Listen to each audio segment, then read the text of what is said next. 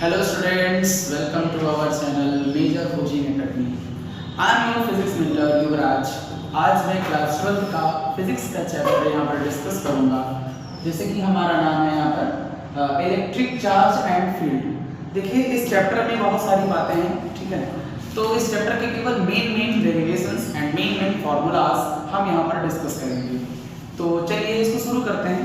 तो सबसे पहले इस चैप्टर में हम बात करते हैं कि चार्ज क्या होता है, ठीक है। चार्ज क्या होता है? चार्ज जैसे हमारा इलेक्ट्रॉन जो हमारा चार्ज पार्टिकल है, ठीक है। चार्ज आप पढ़ते आ रहे होंगे, आप तो मिड सेम पे हैं, ठीक है। तो चार्ज की वजह से क्या क्या प्रॉपर्टीज होती हैं चार्ज की। जैसे इलेक्ट्रॉन होता है, इलेक्ट्रॉन एक चार्ज पार्टिकल है। इलेक्ट्रॉन हमारा कैसा है? चार्ज पार्टिकल है और इसकी वैल्यू होती है 1.6 × 10⁻⁻19 कूलम। ये कूलम क्या है? कूलम एक साइंटिस्ट का नाम है। कूलम एक साइंटिस्ट का नाम है जिन्होंने दो चार्ज के बीच में लगने वाली फोर्स को बताया था कि दो चार्ज कैसे आपस में इंटरैक्ट करते हैं। दो चार्ज के बीच में फोर्स ऑफ रिपल्सन होती है या फिर फोर्स ऑफ अट्रैक्शन होती है।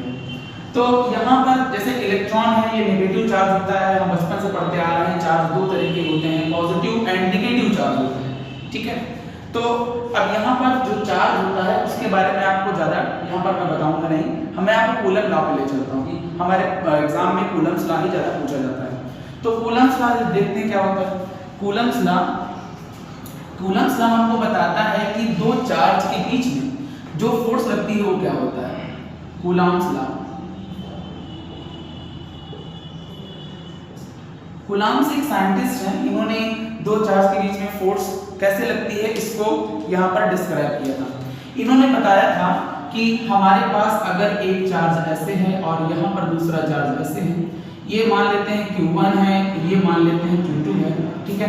इनके बीच में कुछ डिस्टेंस R है और ये जो फोर्स लगती है ये फोर्स लगती है डायरेक्टली प्रोपोर्शनल होती है प्रोडक्ट ऑफ चार्ज के, Q1 एंड Q2, ठीक है। और ये जो फोर्स होती है ये इनवर्सली प्रोपोर्शनल होती है square of the distance between charge के, square of the distance between charge के। इक्वेशन फर्स्ट और इक्वेशन सेकंड, इन दोनों इक्वेशन को हम मिक्स अप करेंगे तो हमारे पास क्या आएगा? F proportional to Q1 Q2 upon R²।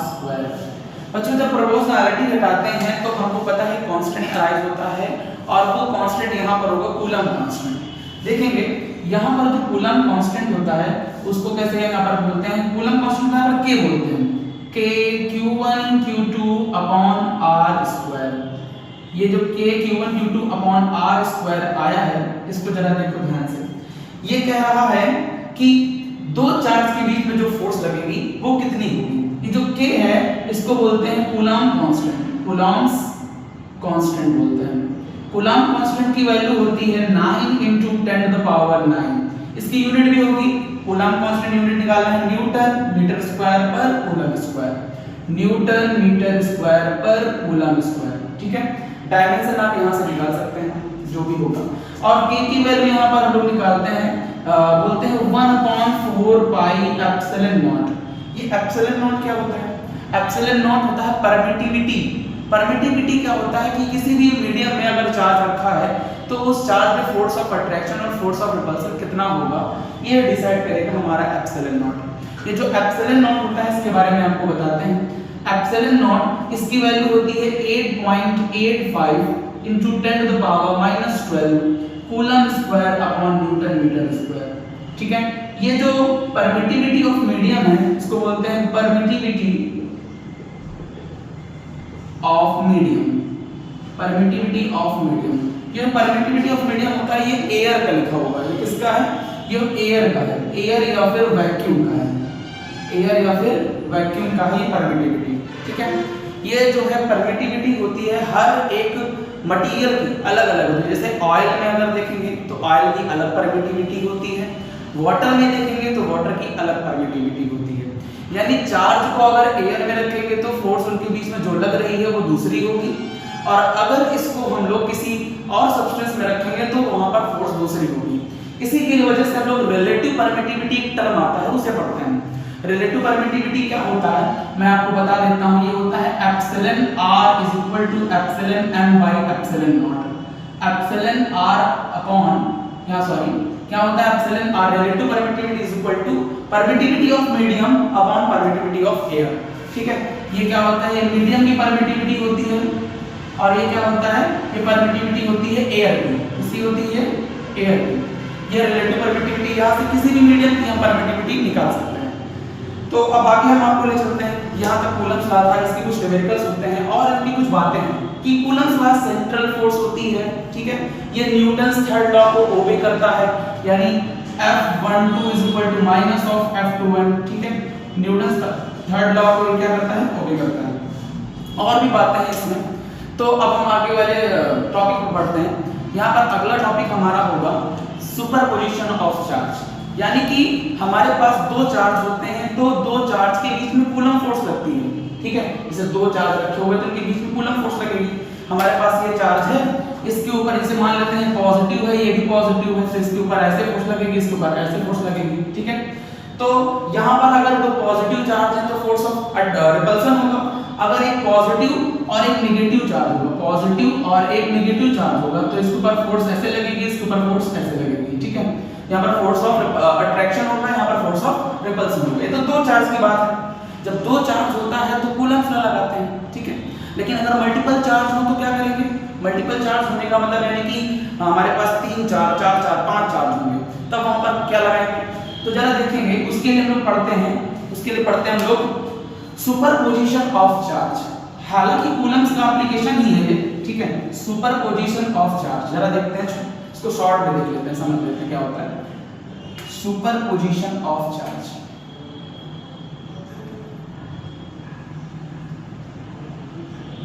Superposition of charge, superposition of charge का मतलब ये होता है कि किसी एक चार्ज पर फोर्स बाकी सारे चार्ज के कारण, यानी कि हमारे पास 3-4 चार्ज रखे होंगे और उन 3-4 चार्ज की वजह से किसी एक चार्ज के ऊपर कितनी फोर्स लग रही है। लेट सपोज हमारे पास यहाँ पर एक चार्ज ऐसे है, एक चार्ज ऐसे है, एक चार्ज ऐसे है। इसका नाम है Q1, इसका नाम है Q2, इसका नाम है Q3। ठीक है, इनके बीच में डिस्टेंस कुछ ऐसे ऐसे होगी, ऐसे। ठीक है, मान लेते हैं R है। ठीक, तो हम कह रहे हैं कि what is the force on Q1। ठीक है, हम पूछ रहे हैं what is the force on charge Q1 पे क्या फोर्स लग रही है। तो Q1 पे फोर्स Q2 लगाएगा, अगर ये पॉजिटिव है, ये भी पॉजिटिव है और ये भी पॉजिटिव है, तो Q1 पे ये ऐसे फोर्स लगाएगा और Q1 पे ये Q3 भी ऐसे फोर्स लगाएगा, यानी कि इसके ऊपर दो चार्ज मिल करके फोर्स लगा रहे हैं। इसको बोल देंगे क्या, इसको बोल देंगे F3, इसको बोल देंगे क्या, F2 क्यों बोला, क्योंकि सेकंड चार्ज की वजह से लग रहा है इसके ऊपर फोर्स। F3 क्यों बोला, क्योंकि थर्ड चार्ज की वजह से लग रहा है। अब इन दोनों का क्या कर लेंगे, वेक्टर सम कर लेंगे, यानी कि अगर मुझे नेट फोर्स निकालना है तो मैं क्या करूंगा, F1 vector plus F2 vector plus F3 vector and so on. ये सुपरपोजिशन ऑफ चार्ज होता है, यानी कि मल्टीपल चार्जेस किसी एक चार्ज पर फोर्स लगाती हैं, वो होता है सुपरपोजिशन ऑफ चार्ज। ठीक है, ये छोटा सा टॉपिक था सुपरपोजिशन ऑफ चार्ज। अब इसके आगे हम बढ़ते हैं। एक चीज होती है, चार्ज अगर कहीं पर है तो उसकी वजह से इलेक्ट्रिक फील्ड भी जनरेट होती है। क्या जनरेट होती है, इलेक्ट्रिक फील्ड। तो जरा देखते हैं इलेक्ट्रिक फील्ड क्या होती है, क्या बना क्या है। ठीक है, हमारे पास दो तरह के चार्ज होते हैं, हमें भी पढ़े। एक होता है पॉजिटिव चार्ज, एक होता है नेगेटिव चार्ज। ठीक है, पॉजिटिव चार्ज की वजह से जो इलेक्ट्रिक फील्ड होती है वो अवे फ्रॉम द चार्ज होती है। अवे फ्रॉम द चार्ज यानी कि चार्ज से दूर। और अगर हमारे पास कोई नेगेटिव चार्ज है तो नेगेटिव चार्ज की वजह से टुवर्ड्स द चार्ज होती है, चार्ज के तरफ होती है। कैसे बताया हम लोगों ने, ये बताया हम लोगों ने एक एक्सपेरिमेंट करके। तो वो एक्सपेरिमेंट क्या था, जरा ध्यान से देखेंगे। एक्सपेरिमेंट था, अगर मैं समझाऊं यहाँ पर इलेक्ट्रिक फील्ड क्या होती है। इलेक्ट्रिक फील्ड देखो, इलेक्ट्रिक फील्ड जो है दो चार्जों की अलग अलग तरह से होती है।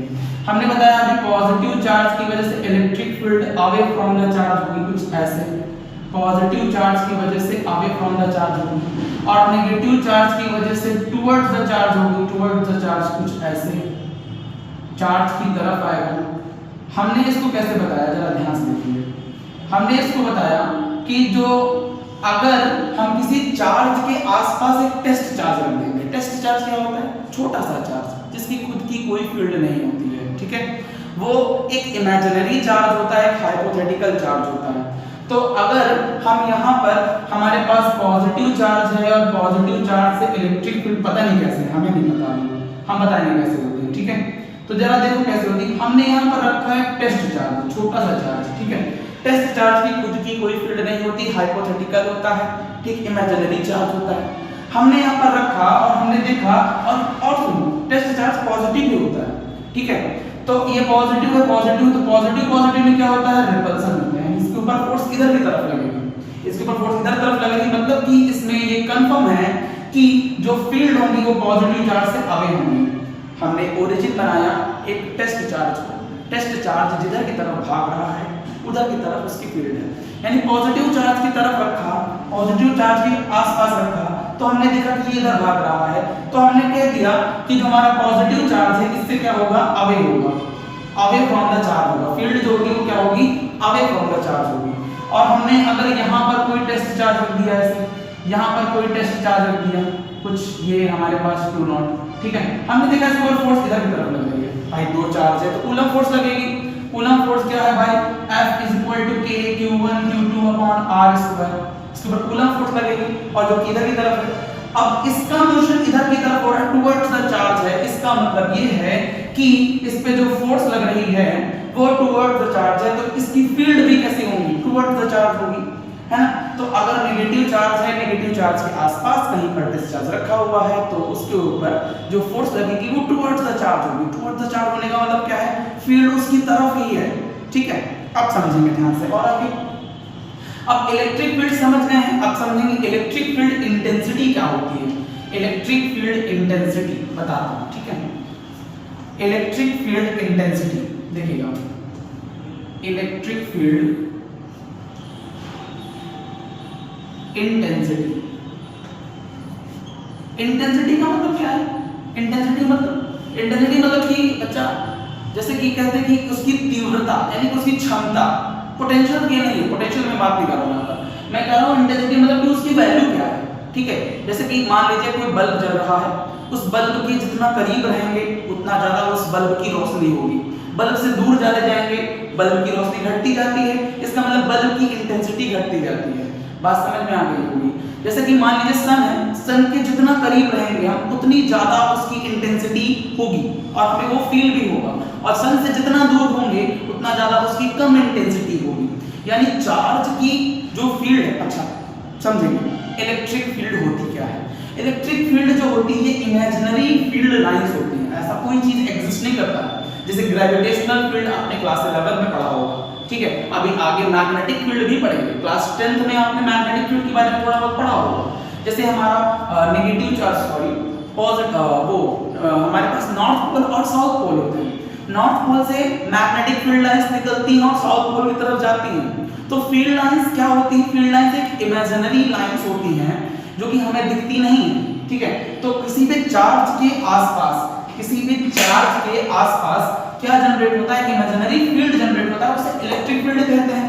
और पॉजिटिव चार्ज से आवेदा होता है और नेगेटिव चार्ज से टुवर्ड्स होता है, कैसे आया हमने बता दिया आपको। अब इंटेंसिटी क्या है कि फील्ड तो है बट कितनी फील्ड है ये जानना है। तो जरा देखो, अगर हमारे पास एक पॉजिटिव चार्ज है, इस पॉजिटिव चार्ज से यहाँ पर कुछ डिस्टेंस दूरी पर A पॉइंट पर मुझे इस चार्ज की इंटेंसिटी चाहिए, यानी कि इसमें यहाँ पर अगर मैं कोई फोर्स कोई चार्ज रखता हूँ, टेस्ट चार्ज रखता हूँ Q0, तो इसके ऊपर जितनी फोर्स लग रही है वो कितनी फोर्स लगेगी ये बताना है, ठीक है।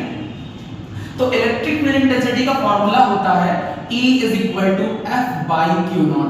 E = F/Q0, यानी कि किसी पॉइंट की अगर इलेक्ट्रिक फील्ड इंटेंसिटी निकालनी है तो वहां पर आप एक टेस्ट चार्ज रखिए और उस टेस्ट चार्ज पर जो फोर्स लग रही होगी, फोर्स कितनी लग रही होगी, फोर्स लग रही होगी K Q1 Q2 upon R², जितनी फोर्स लग रही होगी उस फोर्स को अगर मैं किससे डिवाइड कर दूं, Q0 से डिवाइड कर दूं, तो मुझे क्या मिल जाएगा, उस पॉइंट की इलेक्ट्रिक फील्ड इंटेंसिटी मिल जाएगी। तो इलेक्ट्रिक फील्ड इंटेंसिटी क्या होती है, ये होती है, अगर मैं यहाँ पर रख देता हूँ K Q1 Q2 upon R² divided by Q0। अच्छा Q1 Q2 को हम क्या पर Q और Q0 कर देते हैं, ठीक है। तो इलेक्ट्रिक फील्ड आ जाएगा K Q Q0 divided by R² into Q0, Q0 से Q0 कैंसिल हो जाएगा। तो इलेक्ट्रिक फील्ड इंटेंसिटी आएगा KQ/R²। बच्चा ये इलेक्ट्रिक फील्ड जो है ना, ये एक वेक्टर क्वांटिटी होती है। इसकी यूनिट जो होती है वो होती है न्यूटन पर कूलम, न्यूटन पर कूलम, ठीक है। इसकी यूनिट क्या होती है? न्यूटन पर कूलम होती है। और ये एक वेक्टर क्वांटिटी होती है, इसके पास डायरेक्शन होती है। जैसे कि अभी मैंने बताया कि पॉजिटिव चार्ज से अवे द चार्ज होगी, नेगेटिव चार्ज में टुवर्ड्स द चार्ज होगी, ठीक है। तो यहाँ पर ये electric field due two point charge है KQ/R²। क्या है? KQ/R²। यानी इस चार्ज की इंटेंसिटी r डिस्टेंस पे, इस चार्ज की इंटेंसिटी r डिस्टेंस पर कितनी है? KQ/R²। क्या मेरी बात समझ में आ रही है? K है कूलम कांस्टेंट, Q है ये वाला चार्ज, R² जो इसके बीच में डिस्टेंस है, ठीक है। अब यहाँ पर इसके बाद जरा समझते हैं। देखो इलेक्ट्रिक फील्ड समझ में आ गया चार्ज की, हाँ। तो एक चीज और पढ़ते हैं यहाँ पर। एक चीज होता है कि जैसे मान लो कि चार्ज हम रख रहे हैं, चार्ज के बीच फोर्स लगा रहे हैं। मान लीजिए दो चार्ज हमारे पास हैं, एक इक्वल है, मतलब कि एक पॉजिटिव है एक नेगेटिव, यानी डाइपोल क्रिएट करते हैं, ठीक है। जैसे डाइपोल हमारा, जैसे मैग्नेटिक डाइपोल पढ़ा होगा आप लोगों ने, वैसे हम यहाँ पर क्या करते हैं? डाइपोल क्रिएट करते हैं। जरा देखो डाइपोल क्या होता है? डाइपोल होता है two equal and opposite charges are separated by very small distance. Dipole क्या होता है? Two equal and opposite charges are separated by very small distance, ठीक है। इसको बोलते हैं इलेक्ट्रिक डाइपोल। क्या बोलते हैं? Electric dipole. इलेक्ट्रिक डाइपोल क्या होता है?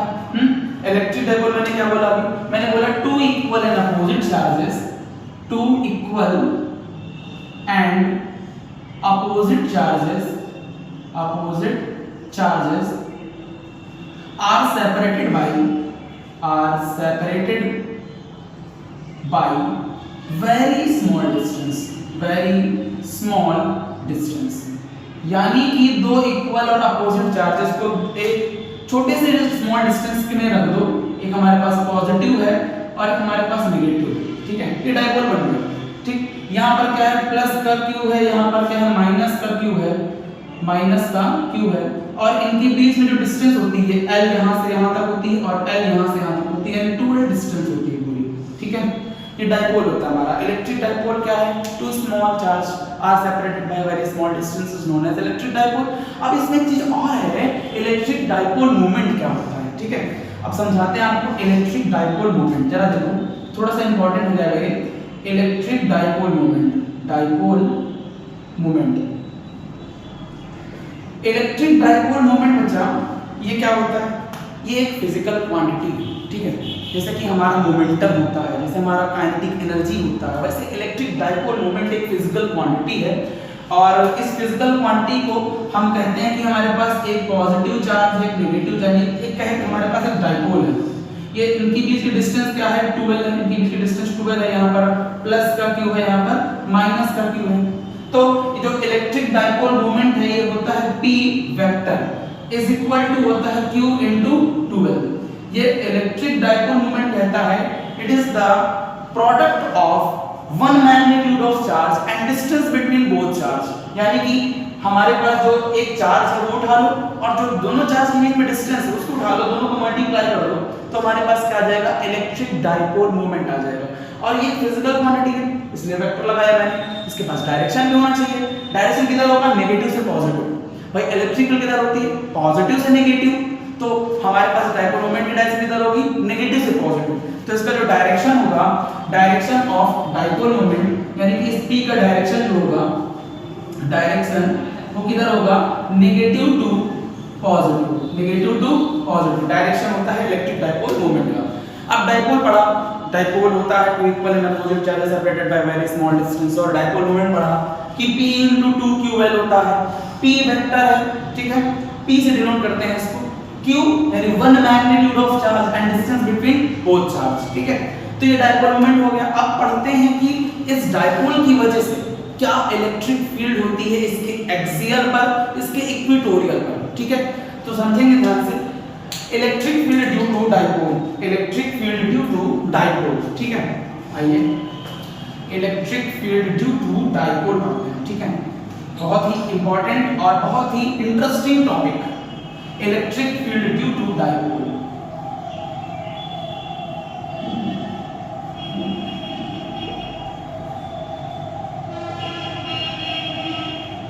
देखिए क्या है, अब डाइपोल तो पढ़ लिया, चार्ज सिंगल चार्ज की वजह से इलेक्ट्रिक फील्ड पढ़ लिया, ठीक है, दो चार्ज के बीच में लगने वाली फोर्स पढ़ लिया। अब पढ़ने जा रहे हैं दो चार्ज यानी कि डाइपोल की वजह से इलेक्ट्रिक फील्ड उसके एक्सियल पर क्या होती है, इक्वेटोरियल पर क्या होती है, इसको बता देते हैं। चलिए तो हमारे पास जरा देखिएगा, एक हमारे पास ये पॉजिटिव चार्ज है और एक हमारे पास नेगेटिव चार्ज है। इनके बीच में जो डिस्टेंस है यहाँ से L है और यहाँ से भी L है, ठीक है। इसके एक्सियल पर, ठीक है, यहाँ पर इलेक्ट्रिक फील्ड एक्सियल आती है, ठीक, इसको हम बोलते हैं, आता है 2kp/x³। ये हमारा होता है electric field at axial position. क्या होता है? Electric field at axial position. एक होता है इसके इक्वेटोरियल पोजीशन पर, यहाँ से x डिस्टेंस आए और ये x डिस्टेंस यहाँ से गए थे, ठीक है। यहाँ पर ये क्या होता है, ये इक्वेटोरियल होता है, इसको बोलते हैं E परपेंडिकुलर। ये आता है kp/x³। ये क्या आता है? kp/x³ आता है, ठीक है। इनके डेरिवेशन है हमारे पास, इनके डेरिवेशन आपको मैं करा देता हूँ तुरंत, ठीक है, जरा ध्यान से देखेंगे। तो यहाँ पर हमारे पास जो है डाइपोल है, डाइपोल की वजह से ये इक्वेटोरियल पोजीशन है, ये नीचे भी हो सकता है, ऊपर भी हो सकता है। ये क्या है? एक्सियल पोजीशन, ये इधर भी हो सकता है और इधर भी हो सकता है, डजंट मैटर, ठीक है। ये क्या है? 2kp/x³ है, ये क्या है? kp/x³ है। हम इन दोनों के बीच में रिलेशन भी लिख सकते हैं, EA = 2 times of E perpendicular. यानी कि हमारे पास जो electric field at axial position है वो 2 टाइम्स होती है किसके? इलेक्ट्रिक फील्ड एट परपेंडिकुलर पे, ठीक है। तो आइए इसको हम जल्दी से यहाँ पर डिराइव कर देते हैं तुरंत। बच्चों चैप्टर तो बहुत बड़ा है, ठीक है, हम गॉस लॉ यहाँ पर डिस्कस नहीं कर पाएंगे। हम जो है इसको पूरा यहाँ पर अभी बता देते हैं, गॉस लॉ हम सेकंड पार्ट में डिस्कस करेंगे। तो यहाँ पर पहले तो इसको डेरिवेशन आपको दे देते हैं, क्योंकि बहुत ही बढ़िया डेरिवेशन है और आपको ये चीज़ समझ में आएगी। चलिए देखते हैं हमारे पास क्या है। अभी हमारे पास एक डाइपोल, हमने कहा है डाइपोल, हमारे पास पॉजिटिव चार्ज और एक नेगेटिव चार्ज है, इनके बीच में कुछ डिस्टेंस है, वो डिस्टेंस है L और L। हम सबसे पहले यहाँ पर करने जा रहे हैं electric field at axial position. हम क्या करेंगे? Electric field at axial position, axial position. तो एक्सियल पोजीशन का मतलब है कि इसके यहाँ पर हम लोग यहाँ निकालेंगे, ठीक है। ये पॉइंट हम कह देते हैं A है और यहाँ इसके मिड से ये x डिस्टेंस दूरी पर, मिड से देखना है, एक चार्ज से नहीं, मिड से देखना है, ठीक है। तो यहाँ पर इलेक्ट्रिक फील्ड होगा और इसको बोल देंगे चार्ज नंबर फर्स्ट, ये चार्ज नंबर सेकंड, ठीक है। तो चार्ज नंबर फर्स्ट पॉजिटिव है, पॉजिटिव की वजह से इलेक्ट्रिक फील्ड कुछ ऐसे होगी, इसको बोल देंगे E1, ठीक है। ये नेगेटिव चार्ज है, नेगेटिव चार्ज की वजह से इलेक्ट्रिक फील्ड इधर की तरफ होगी, इसको बोल देंगे क्या? E2। क्या बोल देंगे इसको? E2 बोल देंगे, ठीक है। और E2 जरा देखो, अगर मैं कहूं कि यहां से यहां तक की डिस्टेंस कितनी है, यहां से यहां तक की डिस्टेंस क्या x + L है? देखिए यहां से यहां तक की डिस्टेंस क्या x + L है, यहां से लेकर के यहां तक। भाई यहां से लेकर के यहां तक x है तो बचा हुआ L है, तो x + L हो जाएगा। ये पूरा यहां से लेके यहां तक x है तो L हटाना है, तो यहां से लेकर के यहां तक की डिस्टेंस क्या x - L हो जाएगी? बोलिए हाँ, क्या ये सेकंड चार्ज से इस A पॉइंट की डिस्टेंस x - L हो जाएगी? क्या फर्स्ट चार्ज से A पॉइंट की डिस्टेंस x + L हो जाएगी? ठीक है। अब हमने पढ़ रखा है electric field due two point charge. हमने क्या पढ़ रखा है? हमको पता है we know that हमने पढ़ा है क्या? हमने पढ़ा है E = kq/r²। E = kq/r²। अब इसको हम यहाँ पर यूज कर लेंगे। तो अगर मुझे E1 निकालना है तो E1 = क्या आ जाएगा?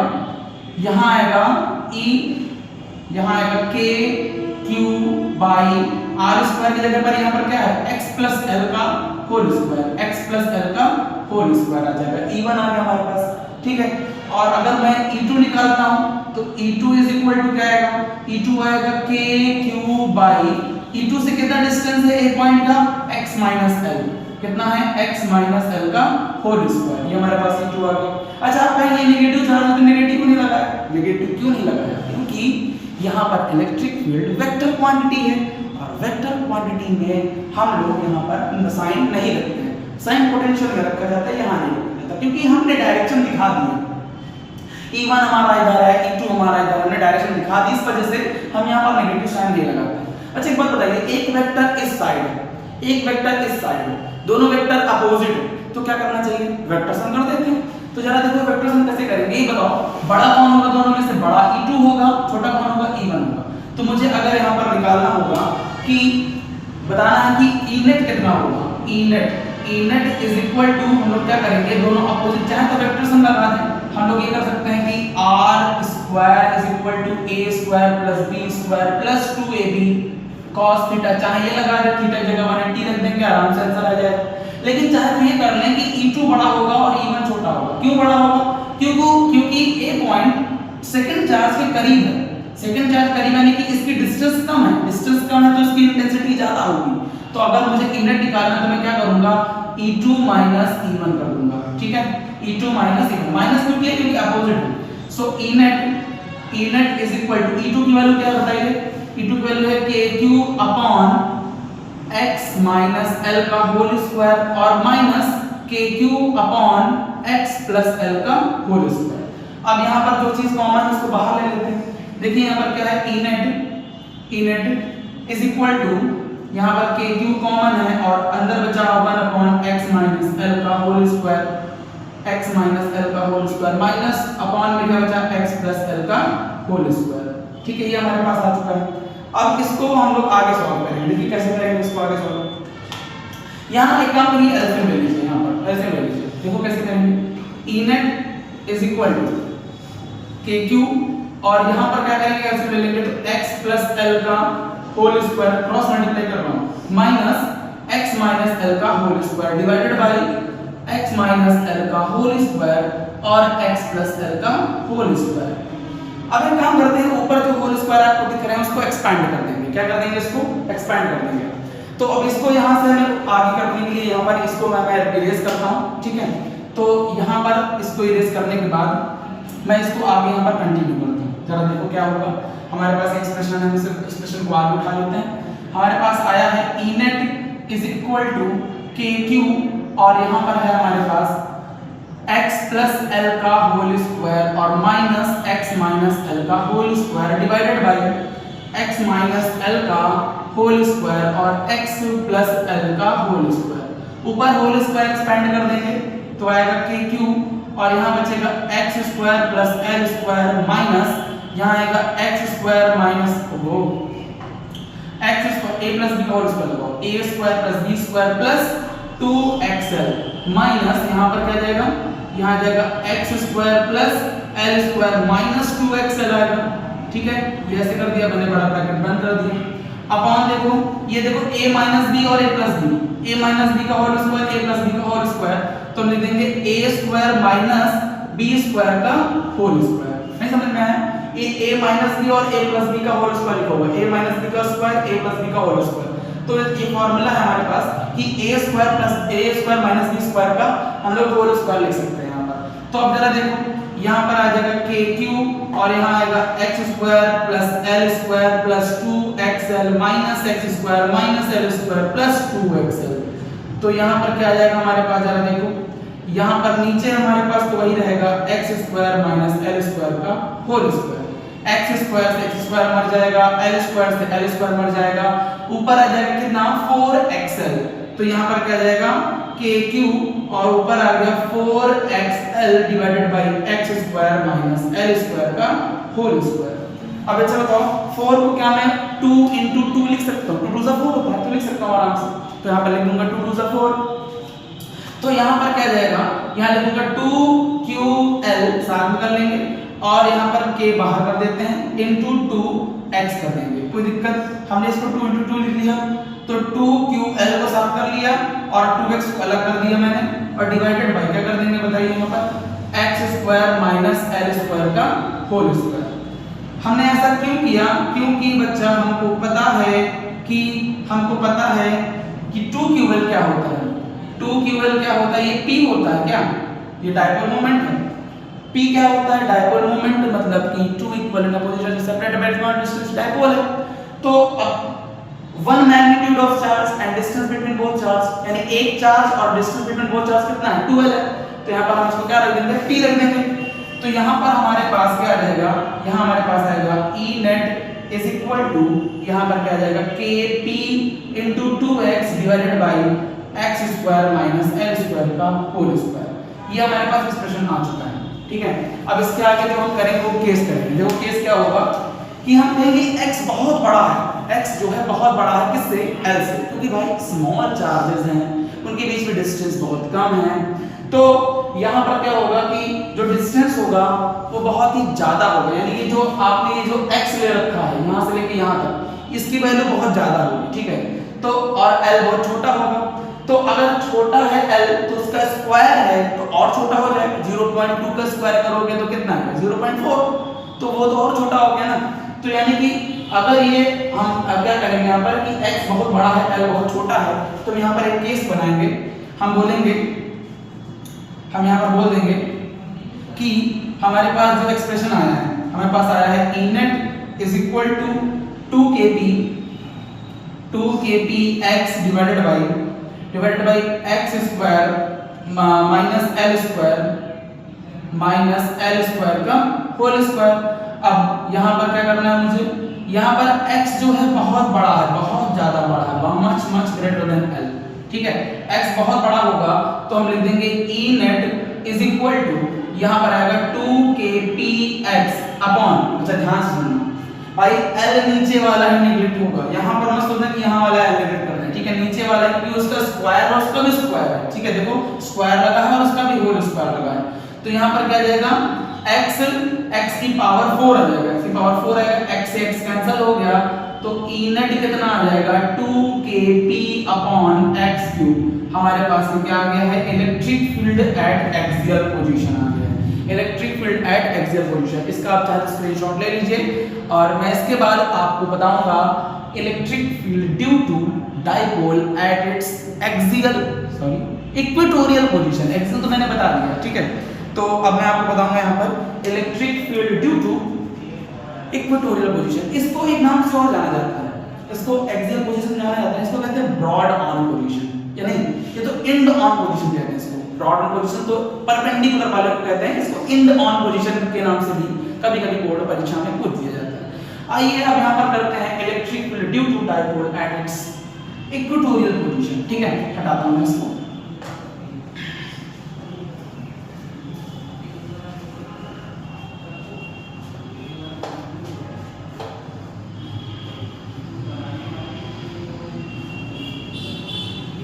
तो चलिए अब मैं आपको यहाँ बताऊंगा electric field due to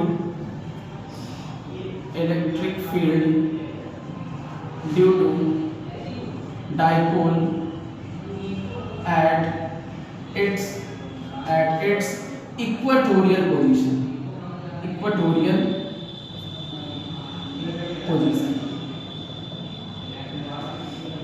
equatorial position, ठीक है। तो ये भी इंटरेस्टिंग है और थोड़ा सा आसान भी है पिछले वाले से, ठीक है। देखो क्या होता है, हमारे पास यहाँ पर ये चार्ज, ये हमारे पास पॉजिटिव चार्ज है और यहाँ पर हमारे पास नेगेटिव चार्ज है, ठीक है। और इनके बीच में जो डिस्टेंस है वो अभी भी L और L है, ठीक। इसके परपेंडिकुलर यहाँ पर इसके परपेंडिकुलर मुझे क्या चाहिए, मुझे इलेक्ट्रिक फील्ड चाहिए, ठीक है। तो ये x डिस्टेंस ऊपर आया है, यहाँ से x डिस्टेंस ऊपर आया है और यहाँ से ये डिस्टेंस ऐसे और ये डिस्टेंस ऐसे होती है, ठीक। तो ये L है, ये x है, तो पाइथागोरस इसको निकाल लेंगे, ठीक है। इस पॉइंट का नाम हम A रख देंगे। अब इस A पॉइंट पर मुझे इलेक्ट्रिक फील्ड चाहिए इस फर्स्ट वाले से और सेकंड वाले से। तो ये फर्स्ट वाला चार्ज को फर्स्ट बोलते हैं, इसको सेकंड बोलते हैं। पॉजिटिव चार्ज है, पॉजिटिव चार्ज से इलेक्ट्रिक फील्ड आवेदन चार्ज होती है, ये हमारा क्या हो जाएगा आवेदन चार्ज, यानी कि इसको बोल देंगे E1। ये नेगेटिव चार्ज है, नेगेटिव चार्ज की तरफ इलेक्ट्रिक फील्ड होती है, इसको क्या बोल देंगे E2 बोल देंगे। क्या बोलेंगे इसको E2 बोल देंगे, ठीक है। तो E2 इधर है, E1 इधर है, दोनों के बीच कुछ एंगल होता है। अच्छा ध्यान से देखो, क्या ये इक्विलेटरल ट्रायंगल नहीं है भाई, ये हमारे पास ये भी एंगल है, ये भी 60 डिग्री होगा, ठीक है। तो ये कितना हो जाएगा 180 डिग्री हो जाएगा, क्योंकि इसके दो साइड बराबर हैं, दो साइड बराबर हैं, यानी कि आइसोसेलेस ट्रायंगल है, इक्विलेटरल नहीं, आइसोसेलेस ट्रायंगल, इसके दो साइडें बराबर होती हैं, ठीक है। तो यहाँ पर जरा देखो, ये L है, ये x है, तो इसकी साइड क्या हो जाएगी अंडर रूट के अंदर x square plus L square, ये भी साइड में होगी अंडर रूट के अंदर x square plus L square. तो अब मैं यहाँ पर E1 और E2 निकाल लेता हूँ, जरा देखो क्या होगा E1 और E2। E1 is equal to आ जाएगा यहाँ पर KQ upon x square plus L square का होल स्क्वायर, अंडर रूट लगा है तो क्या हो जाएगा x square plus L square इसका होल स्क्वायर होता है, लेकिन इसके ऊपर रूट लगा हुआ है तो स्क्वायर हट जाएगा, अंडर रूट हट जाएगा। अब इसी तरह से E2 निकाल लेंगे, E2 इज इक्वल टू क्या आ जाएगा KQ upon x square plus L square, ठीक है, ये आ जाएगा क्योंकि ये भी हमारा क्या होगा अंडर रूट के अंदर x square plus L square ही होगा। तो यानी कि आपको यहाँ देखने को मिल रहा है कि दोनों बराबर है, इसका मतलब उसी की बात है ना कि दोनों बराबर है, हम इसको आराम से जोड़ देंगे 2 टाइम्स हो जाएगा, है ना, नहीं ऐसा नहीं होता, ठीक है।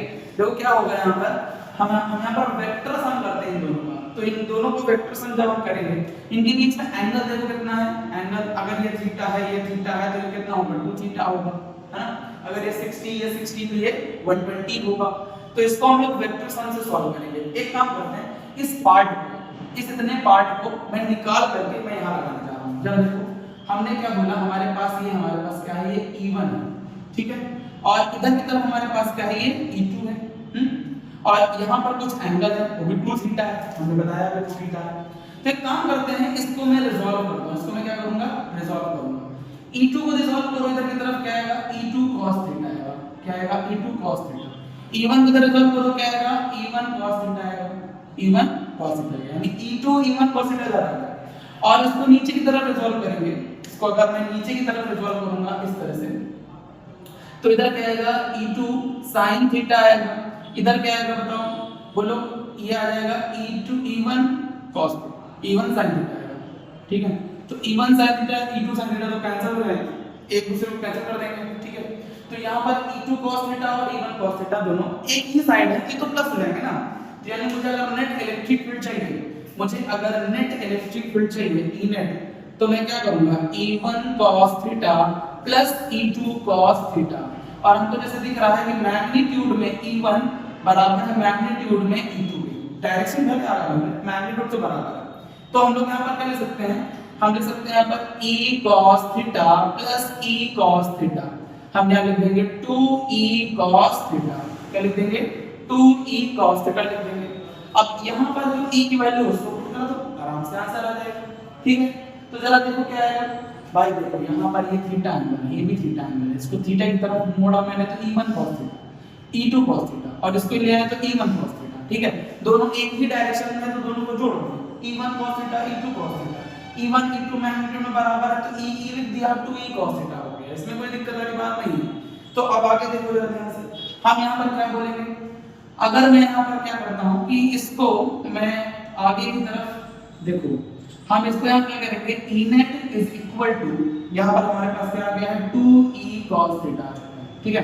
अब E की वैल्यू हमारे पास क्या है KQ upon x square plus L square, तो यहाँ पर लिख देंगे क्या 2E, E की वैल्यू क्या है KQ upon x square plus L square और इनटू cos थीटा। एक बात बताओ, ये ट्रायंगल दिख रहा है, ट्रायंगल दिख रहा है, इसमें cos थीटा क्या होगा, cos थीटा क्या होता है पंडित बद्री प्रसाद हर हर बोले, तो इसमें क्या होगा cos थीटा, भाई ये साइन होता है cos theta base upon hypotenuse, तो अगर मैं इसमें cos थीटा निकाल लूं, cos थीटा क्या होता है बेस L है, हाइपोटेन्यूज ये अंडर रूट के अंदर x square plus L square, यानी cos थीटा की जगह हम वहां पर पुट कर सकते हैं। तो यहां पर हमारे पास क्या आ जाएगा E net is equal to 2KQ upon x square plus L square, और cos थीटा की जगह पर L अपॉन क्या लिख देंगे L अपॉन अंडर रूट के अंदर x square plus L square, कोई दिक्कत वाली बात नहीं।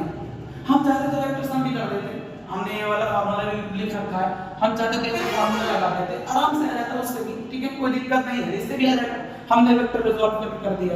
चलो तो यहाँ पर क्या है जरा देखो, बेस सेम है, बेस सेम तो पावर ऐड होगी। अच्छा एक चीज और देखो 2QL, तो P बन गया, हमारे पास P क्या हो जाएगा भाई, हमारे पास होता है Q into 12 होता है, 2 भी है L भी है Q भी है, P बन जाएगा। तो E net is equal to आएगा K, ये आ जाएगा 2Q into L divided by base same है, तो x square plus L square, इसकी पावर 1 है, इसकी पावर 1/2 है, तो 1 प्लस 1/2 3/2 होता है, तो कितना आ जाएगा 3/2 हो जाएगा, कोई दिक्कत।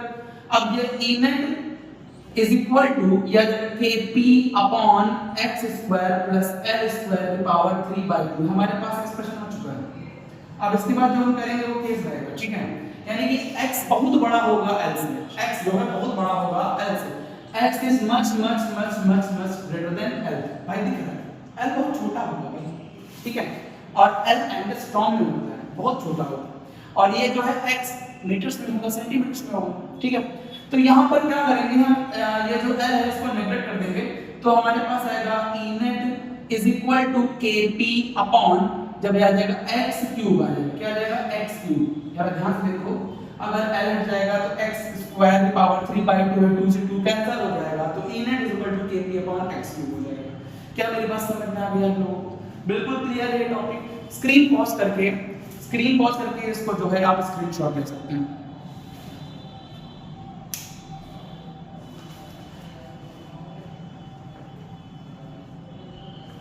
ले लिए हैं, ठीक है। अब इसके आगे हम आपको बताते हैं कि इलेक्ट्रिक डाइपोल आज इस चैप्टर में पूरा खत्म कर देते हैं, मतलब कि इलेक्ट्रिक डाइपोल को पूरा समझा देते हैं। इसके बाद में गॉस लॉ का चैप्टर, मतलब कि गॉस लॉ पढ़ाऊंगा इसके बाद, ठीक है। गॉस लॉ में हम इलेक्ट्रिक फ्लक्स डिस्कस करेंगे, ठीक, और उसमें गॉस के एप्लीकेशन डिस्कस करेंगे। तो इसमें अभी मैं आपको ये टॉपिक बच रहा है उसको बताता हूँ, टॉर्क ऑन इलेक्ट्रिक डाइपोल, कि अगर इलेक्ट्रिक फील्ड के अंदर मैं कोई भी अगर एक डाइपोल रख देता हूँ तो उसके ऊपर टॉर्क कितना लगेगा, ठीक है। तो आइए हम उसको यहाँ पर करते हैं, टॉर्क ऑन इलेक्ट्रिक डाइपोल। अच्छा, टॉर्क क्या होता है? हाँ, टॉर्क तो पहली बार सुन रहे हैं, हाँ? नहीं, पहली बार नहीं सुन रहे, क्लास 11th में इसको पढ़ाया गया था। टॉर्क जो होता है किसी भी बॉडी को रोटेशनल मोशन में लेकर के आता है, किसी भी बॉडी को क्या करता है, रोटेशनल मोशन में लेकर के आता है, ठीक है। तो टॉर्क ऑन इलेक्ट्रिक डाइपोल बहुत ही खूबसूरत टॉपिक, जरा देखो, टॉर्क ऑन इलेक्ट्रिक डाइपोल,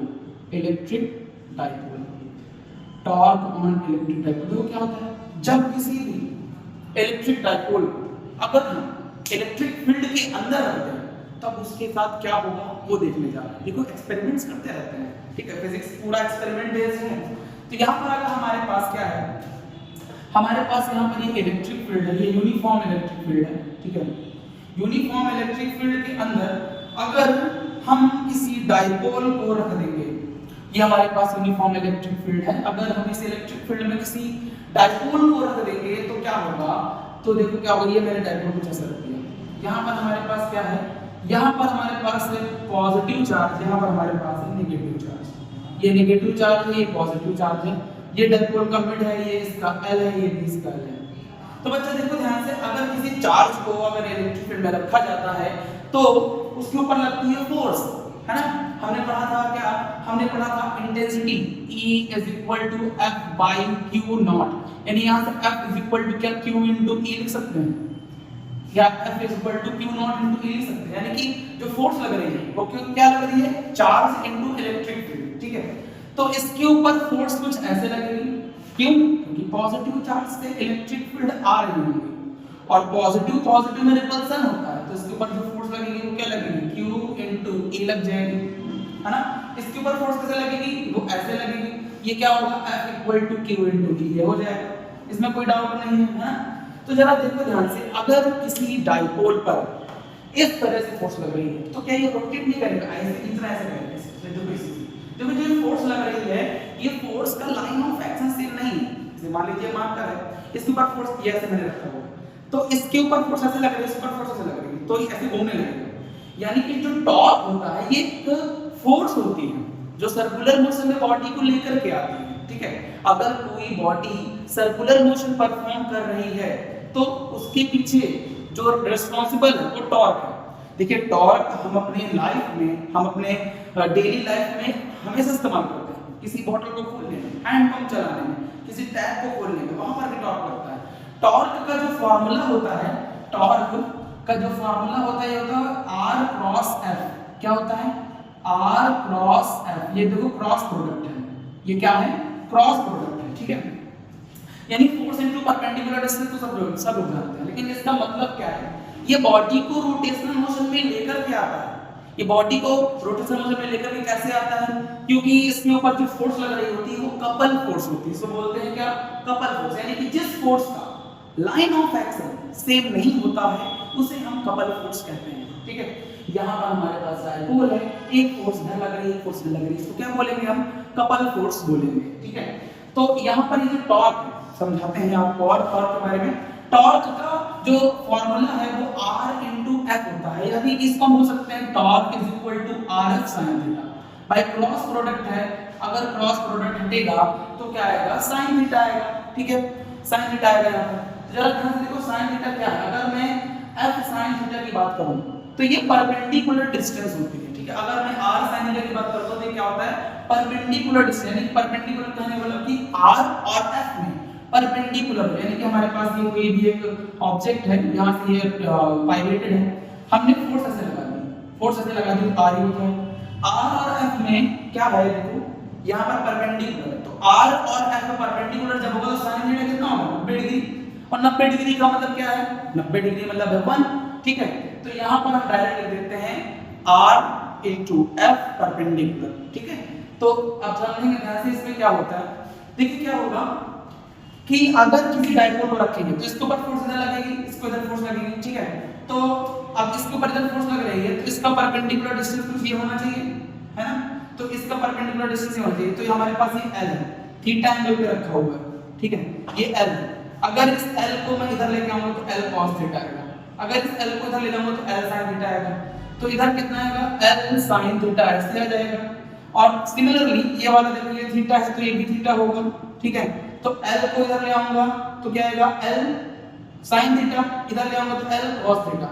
तो इसको भी मैं ऐसे लिख सकता हूं L cos थीटा, है ना?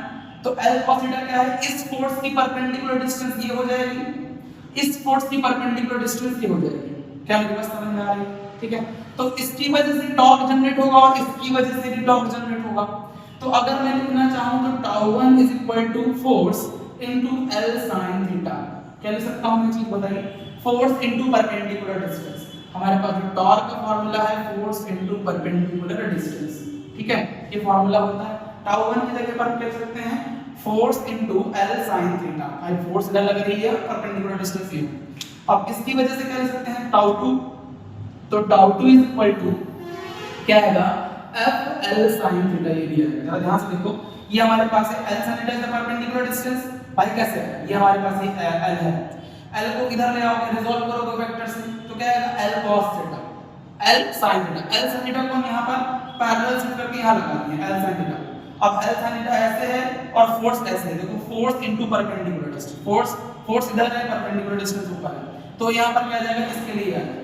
अब मुझे टॉर्क नेट निकालना है तो मैं क्या करूंगा? τ1 प्लस τ2 करूंगा। भाई इसको प्लस क्यों कर रहे हैं? वेक्टर क्वांटिटी आपको आगे वेक्टर सम करो। ठीक है, यहां पर अब सुनो ध्यान से देखो, यहां पर देखो cos थीटा लिख दिया है, sin थीटा होगा।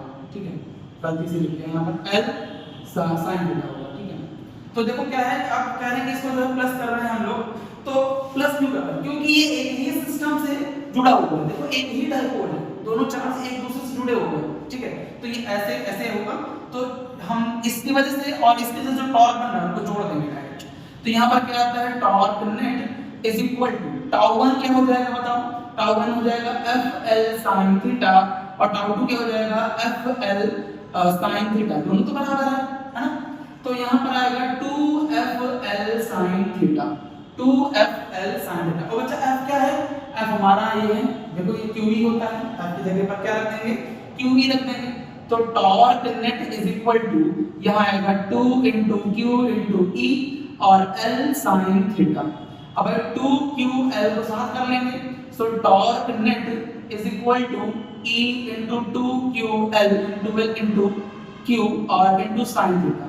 ठीक है, और हमारे पास ये जो Q into L है, ठीक है, इसको क्या बोल देंगे हम? ये P होता है हमारा पास जो P है वो क्या होता है? 12 into Q होता है। ठीक, तो हम यहाँ पर टॉर्क नेट क्या कर देंगे बताओ? यहाँ आएगा E और P और sin थीटा।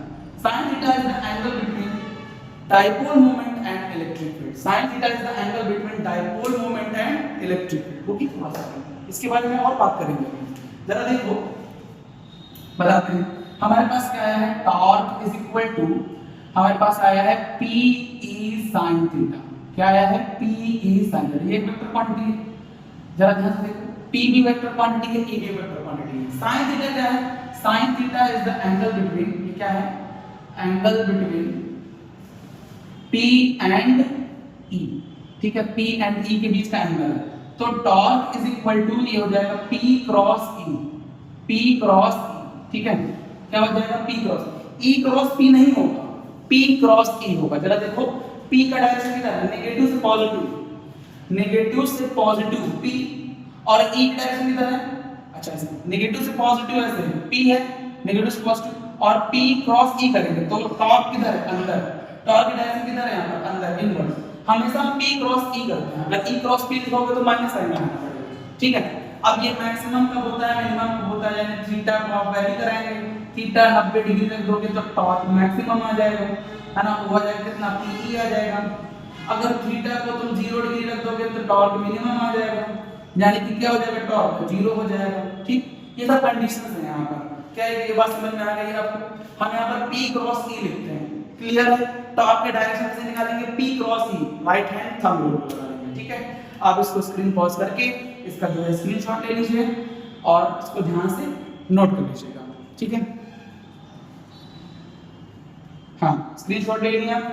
तो इस वीडियो में हम यहाँ तक ही आपको बताएंगे। अगले वीडियो में, नेक्स्ट पार्ट में, इस चैप्टर का मैं नेक्स्ट पोर्शन डिस्कस करूंगा, जो कि होगा electric flux, Gauss law and application of Gauss law, ठीक है। तो पढ़ाई करते रहें, ऑल द वेरी बेस्ट।